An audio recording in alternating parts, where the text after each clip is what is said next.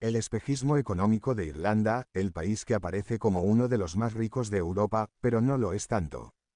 A juzgar por las listas que a menudo se publican, Irlanda es uno de los 10 países más ricos del mundo. Dentro de la Unión Europea suele aparecer solo por detrás de Luxemburgo. Y según las estadísticas de su Banco Central, con un crecimiento del 5,5%, el PIB de Irlanda habrá recuperado los niveles previos a la pandemia antes de que acabe este 2021, lo que, a expensas del daño que pueda hacer la variante Omicron, lo convierte en una de las economías europeas que más rápido se ha recuperado. Pero todos esos datos tan halagüeños encubren una realidad llena de matices. Es lo que ha venido a recordar Patrick O'Nohan, exgobernador del Banco Central de Irlanda, en un reciente artículo titulado ¿Realmente es Irlanda el país más próspero de Europa? Irlanda es un país rico, pero no tanto como se suele pensar, se responde a sí mismo O'Nohan, uno de los economistas más respetados del país. En 2010, cuando el país sufrió las consecuencias de la gran crisis financiera, advirtió de que el país necesitaría un rescate internacional para sostener su deuda, como finalmente sucedió. Ahora advierte de que hay que tomar con muchas cautelas las cifras de Irlanda y señala las causas.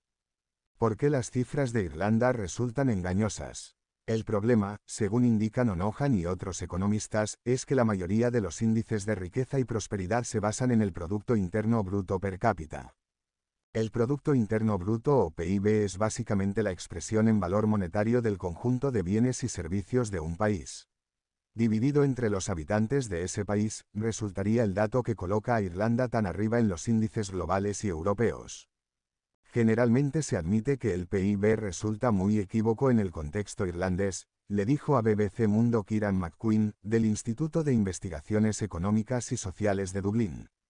Se debe a que durante años se aplicó una política consciente de atraer inversiones externas y ahora tenemos un gran número de multinacionales en proporción al tamaño real de la economía, lo que hace que haya una gran diferencia entre el sector de las multinacionales y la verdadera economía local, explica McQueen.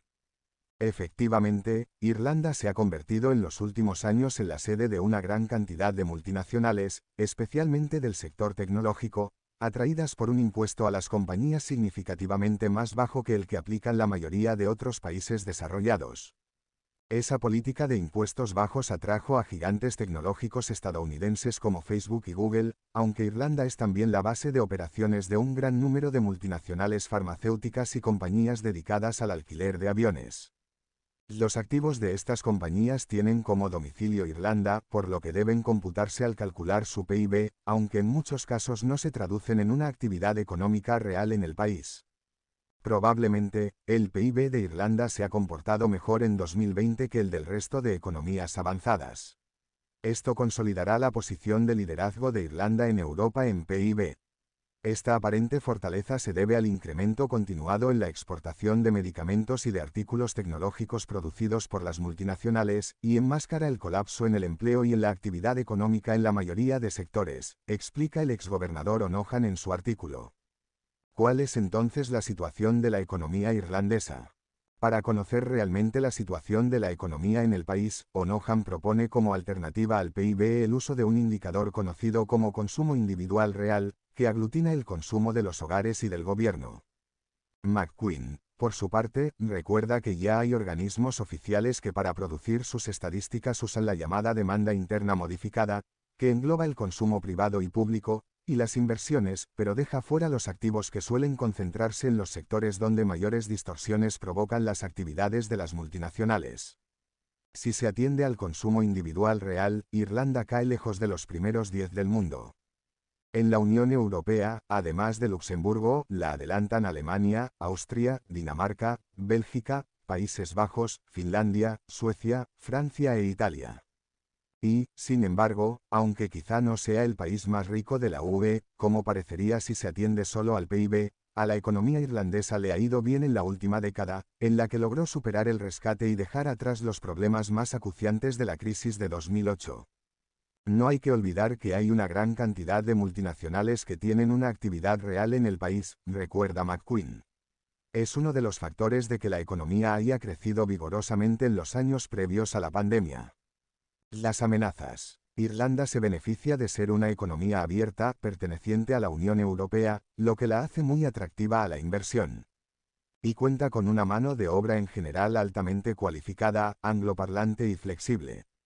Aunque también se dibujan problemas en el horizonte. El gobierno irlandés ha suscrito el reciente acuerdo global para subir los impuestos a las grandes multinacionales, y no está claro qué impacto tendrá esto en la economía irlandesa cuando la medida se concrete.